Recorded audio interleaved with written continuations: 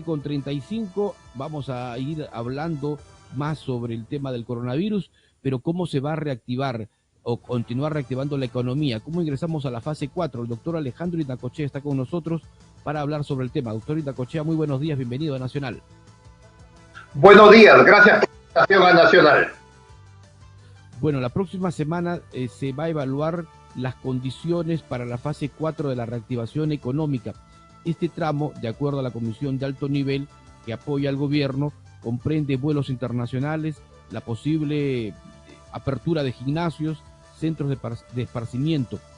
¿Cuál es la evaluación que tiene usted sobre este tema en cuanto a lo que significa esta fase de reactivación económica?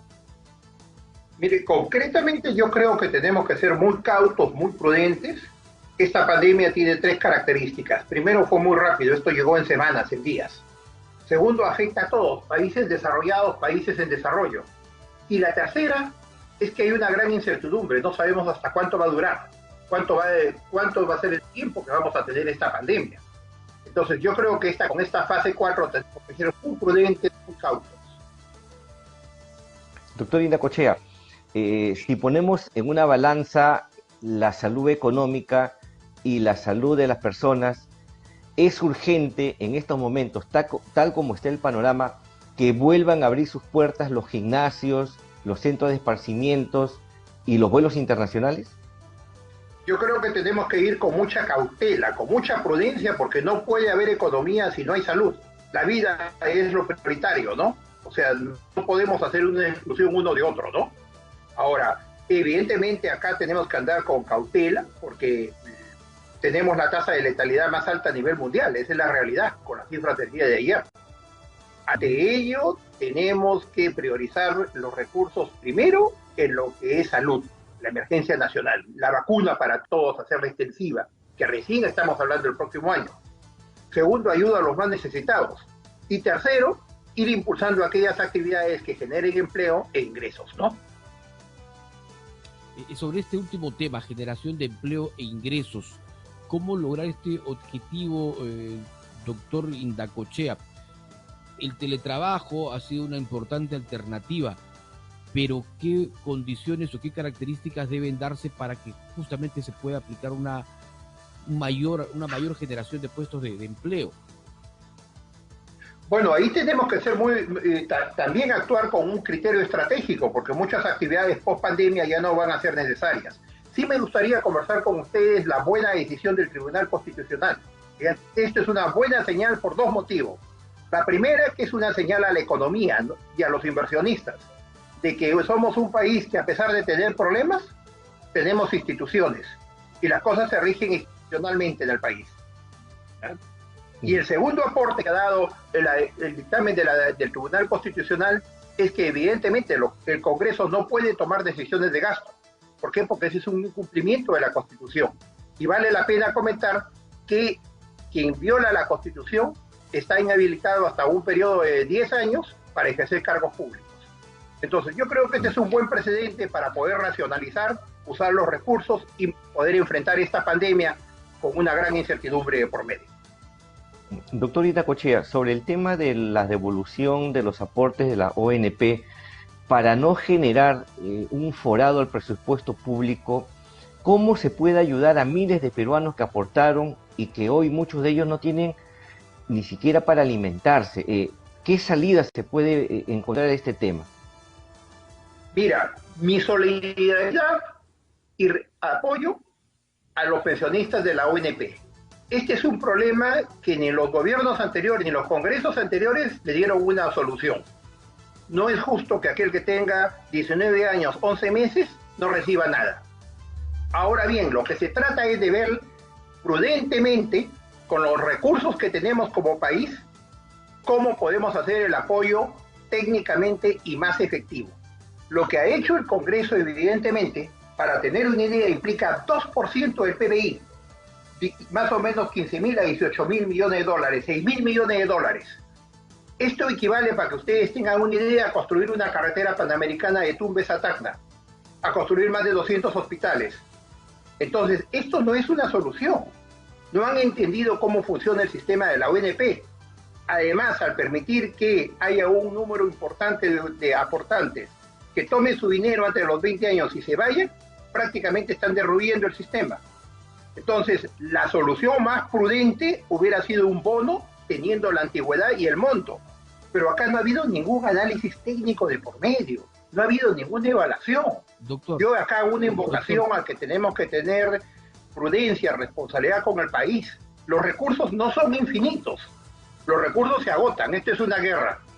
Y en esta guerra tenemos que priorizar salud, emergencia nacional, tenemos que priorizar los de extrema pobreza, como ustedes mencionan, una ayuda diferente, una ayuda distinta, porque la ayuda que hemos venido dando, de cierta forma, hay que ajustarla. Pongamos reparto de canastas con las Fuerzas Armadas durante el toque de queda, porque no hemos sido efectivos a nivel de las concejalías provinciales. Y tercero, prudentemente ir viendo las actividades que generen, digamos, ingresos y empleo. Pero acá, al haber dado este dispositivo por la ONP, nos genera pues un desequilibrio fiscal a futuro, ¿no? Estamos hipotecando con los gastos, ¿no? Ese último tema, hipotecando con los gastos, doctor Vinacochea, yo quería preguntarle sobre lo que señaló justamente la noche del debate una parlamentaria que está a favor justamente de este tema, de la devolución, no de un parte ni de bonos, ya quiere la devolución total de los aportes de la ONP. Dice que hay millones de millones en el Fondo Consolidado de Reservas.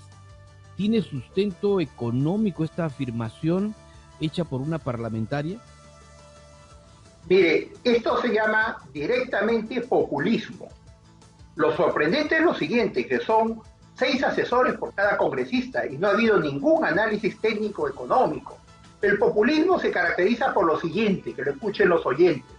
Primero, yo ofrezco soluciones mágicas, soluciones instantáneas, ¿ya?, a problemas que ni yo mismo los entiendo. Y no los han entendido, porque en el sistema de la ONP no hay una cuenta individual. Entonces, yo no entiendo el problema y aparentemente doy la sensación que tengo el manejo. A la larga, afecto a los mismos que trato de proteger. ¿Por qué? Porque cuando volvamos a caer en hiperinflación, cuando generemos desfase de las finanzas públicas, como fue en los 90, donde el 10% de la población del país tuvo que emigrar, recordamos de aquel entonces, más de 3 millones de peruanos, ellos ya no van a estar. Esto realmente, digamos, es una irresponsabilidad con las generaciones del futuro. Es importante que ellos hubieran tomado la decisión con un análisis técnico, con un presupuesto de la República, cómo vamos a quedar de acá a julio del próximo año. Este era el compromiso de todos, de Ejecutivo y Legislativo. Pero evidentemente yo lo que veo en el Legislativo es decisiones cada vez más improvisadas, más descabelladas, como ha sido en el caso de los peajes, ¿no? Que felizmente el Tribunal Constitucional lo ha rectificado. Doctor Vinacochea, se viene un problemón con el tema de los pagos de los créditos personales, hipotecarios, automovilísticos. Muchos deudores de los bancos reprogramaron su deuda en marzo, en abril y en mayo, pensando que iban a tener trabajo. Sin embargo, miles siguen desempleados y los bancos han reprogramado con altas tasas de interés y no están bajando estas tasas. ¿Qué se tiene que hacer para evitar la morosidad que se viene? Hay una propuesta para que el BCR compre la deuda a los bancos y aplique una tarifa baja a los deudores. ¿Es posible esta propuesta o qué se puede hacer, doctor Vinacochea? Mira, primero, en esta pandemia donde hay una gran incertidumbre, tenemos que ser responsables con el país y no gastar más de lo que tenemos. Es imposible satisfacer todas las necesidades. Imposible, la caja no va a dar. Entonces tenemos que priorizar.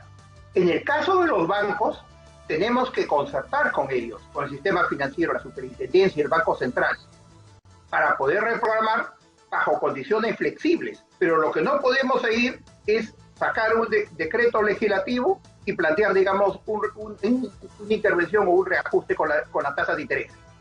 Esto evidentemente ya sucedió en el pasado, ya lo vivimos, y esto a la larga genera un daño a quienes tratamos de proteger.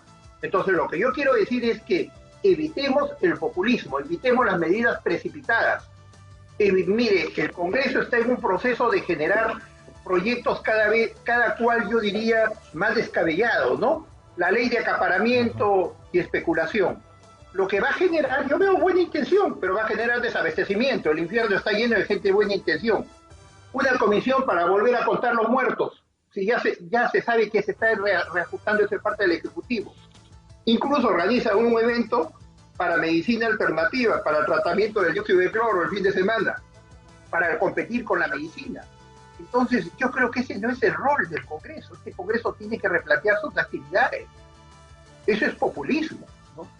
Doctor Indacochea, permítame volver hacia el tema que le abordaba Raúl, y esta norma que entra en vigencia el 30 de agosto, este reglamento de gestión de conducta del mercado del sistema financiero que ha emitido la SBS, la Superintendencia de Banca y Seguros, que establece, entre otras cosas, reducción de tasas de interés, condonación de intereses, postergación de cuotas y mayores plazos de pago para los clientes. ¿Los bancos están obligados a acatar esta resolución 1870 de la Superintendencia o es facultativa para cada entidad crediticia? Yo creo que va a ser algo concertado en las entidades crediticias. Evidentemente los bancos tampoco son tontos. Saben que cuando un cliente no puede pagar, el negocio para ellos no es ejecutarlo. El negocio es darle las flexibilidades en la medida de lo posible y reajustar esas condiciones. Y eso es de lo que se trata, ¿no?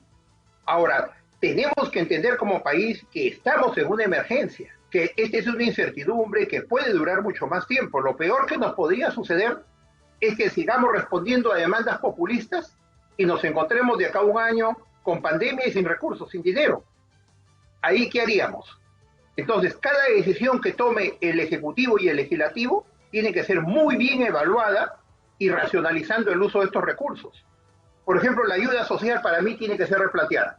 1.500 municipios acusados de mal manejo por las canastas.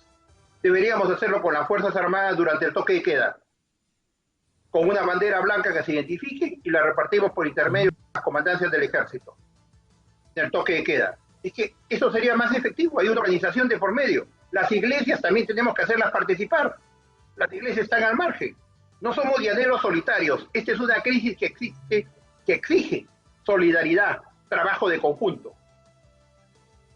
Iglesias, Fuerzas Armadas, el ciudadano común y corriente que esté consciente de que hoy día los recursos no van a ser suficientes para alcanzar, digamos, las metas, lo que queremos como país.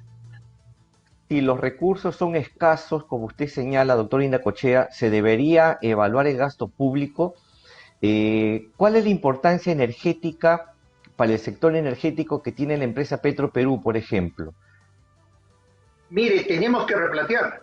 Lamentablemente no queremos llegar a una situación. No queremos repetir la historia. No queremos repetir la historia de 2.000 millones de dólares en Panamericanos, una refinería de 6.000 millones de dólares, y no teníamos cama UCI ni emergencias. Hoy día pongamos el BI de por medio de que se convocó a licitación un parque bicentenario entre Miraflores y San Isidro por 22 millones de soles. Mi pregunta es la siguiente, ¿esa es una prioridad? Todo el mundo exige, le vamos a exigir al Estado, pero vamos a generar un nivel de gasto que es insostenible. Todas las economías mundiales están afectadas. Esto es resultado del esfuerzo del ciudadano común y corriente durante casi 30 años. Ese es los recursos que tenemos. No podemos despilfarrarlos hoy día. Recordemos qué pasó en el 90. Yo no quisiera volver al 90. Con 10% de la población, más de 3 millones que emigraron, un proceso de hiperinflación, descalabro en las finanzas públicas. Entonces, no actuemos como populismo. No demos medidas de gasto público como la que aprobó el Congreso con todo el sistema de salud. Borra lo que es la meritocracia y simplemente un ascenso indiscriminado. Todos los días es una competencia de quién da más. Eso evitemos por la responsabilidad del país. Ahora, sí me gustaría insistir, el Tribunal Constitucional ha sentado un precedente. El Congreso está tomando decisiones de gasto público y las decisiones de gasto público violan la Constitución. Y quienes violan la Constitución tienen hasta 10 años de impedimento de participar en alguna campaña electoral. Que sepan ellos a qué se atienden. Yo creo que acá tenemos que ser muy claros. Y desde acá vamos de vocación. Cuidemos, porque he visto que se viene un cuestionamiento a los miembros del Tribunal Constitucional. Esto sí sería nefasto, digamos, como país, ¿no? No daríamos una buena imagen de institucionalidad. Muy bien, doctor Indacochea. Muchas gracias. Muy buenos días. 7:50, Raúl. Tú comentabas hace instantes de que